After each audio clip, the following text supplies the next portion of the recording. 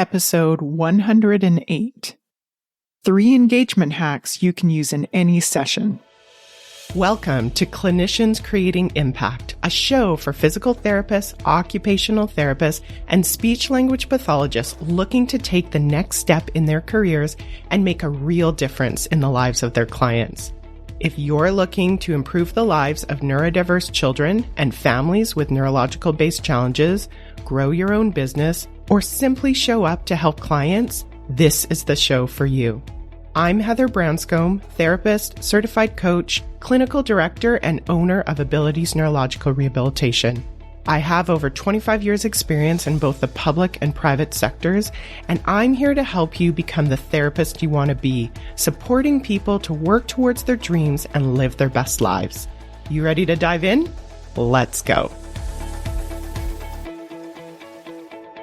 Hi there, friend. Welcome back. I hope you have had an amazing summer. I know that I sure have. And this summer at Abilities, we've really been leaning into the theme of engagement. We've done a lot of things with this theme. We've done in-services, we've done team discussions, and even had some multidisciplinary conversations about it. We've dove into the evidence and we've talked about valid and reliable ways to measure it. And what's been so powerful is really noticing that engagement really isn't just a nice to have thing. It's actually foundational. It drives whether our clients are really learning, whether therapy sticks, and whether outcomes ultimately improve. It's been kind of a fun place to really build. So now that summer is coming to a close, we have this kind of tool set in our back pockets to create a bigger impact this fall. And because I want all clinicians to win, including you, I thought I'd share a sample of what we've talked about and give you some specific hacks as well. One of the crucial things that we've talked about is that engagement actually has layers to it. There's a thinking part, a feeling part, and a behaving part to it.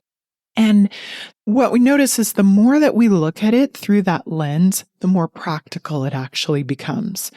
So today I want to give you 3 really simple hacks, things that you can do in 5 minutes or less that build engagement in any session. But before I dive back in, I want to pause and share something. This podcast, as you may know, is a passion project for me. My hope is that every clinician, whether you work alongside us at Abilities or you never do, that you walk away with tools that help you magnify your impact. I honestly feel that this is the best part of my work. I feel so lucky that recording something like this is part of my work week and to share ideas just like this. And this is where you come in. Here is literally my call for engagement for you. The truth is that the more people that hear these conversations, the more clinicians and clients can benefit. So if you find value here, there are 2 simple ways that you can help spread the word. First, I'd ask you to follow, rate, and review the podcast. You've heard that before, right? Pretty much every podcast you listen to says that. The reason that we're all saying that is that that little boost helps the algorithm so that when a clinician just like you is searching for support just like this podcast will pop up for them. And secondly, my ask is that you share this. Share this episode or your favorite one to a colleague. Maybe you've thought about doing that before and you've never quite got around to it. That's okay. No worries. Take this as your nudge that today is the day to do that. And I also want to say, if you're brand new here, welcome. I'm so glad that you're listening. And as you get into the episode, you can think about one person who would love this kind of content to help them in their work. Either way, thank you so much in advance for helping to grow this. More engagement means better outcomes for clients, and ultimately that's what it's all about. So with that, let's get back to the episode. So here's my hack number 1. Hack number 1 is mini engagement check-ins. What I would share with you is at the beginning of a session, midway through, and again near the end, You can do more or less, but do a quick mental scan. Ask yourself, what is my client thinking right now? Or what do I think that my client is thinking right now? What do I think they're feeling right now? And how are they behaving? What I notice is that experienced therapists actually, or experienced clinicians, often do this without even naming it themselves. But when you put words to it, it really does change the game. It helps you to catch some kind of disengagement earlier, adapt before you lose momentum in the session, and then end the session on a stronger note. So think of it as like tiny course corrections to keep the plane flying straight instead of veering off track. My hack number 2 is positive first feedback. Early in the session, it's really beneficial if you can catch the client doing something right, even if it's really small, and naming it.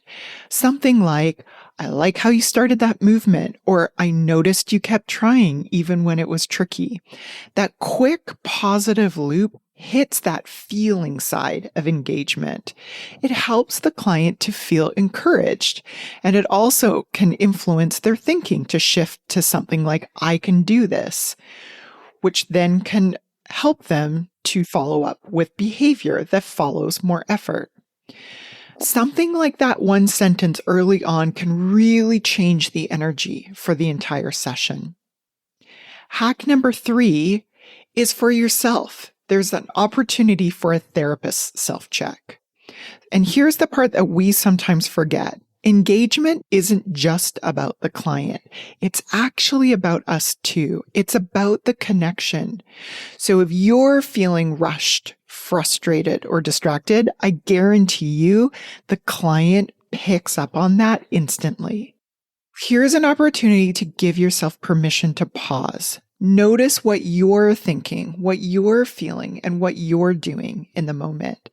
And maybe even take a breath before moving forward. That tiny little reset helps you to re-enter with a different tone, and often it changes how the client responds as well. So those are the 3 hacks. 1, mini check-ins with your client. 2, positive first feedback. And 3, a self-check for yourself. They're simple, but they have the opportunity to shift the whole session. So I'd love for you to try one of those this week. Pick the one that feels the most natural, use it in a session, and just notice what happens. Engagement really is the multiplier in therapy, and it's what makes all the rest of our work stick. Thank you so much for listening, and I'm excited to keep exploring engagement and other things just like that in the weeks ahead. Until the next episode. Thanks for joining me this week on the Clinicians Creating Impact podcast. Want to learn more about the work I'm doing with Abilities Rehabilitation? Head on over to abilitiesrehabilitation.com. See you next week.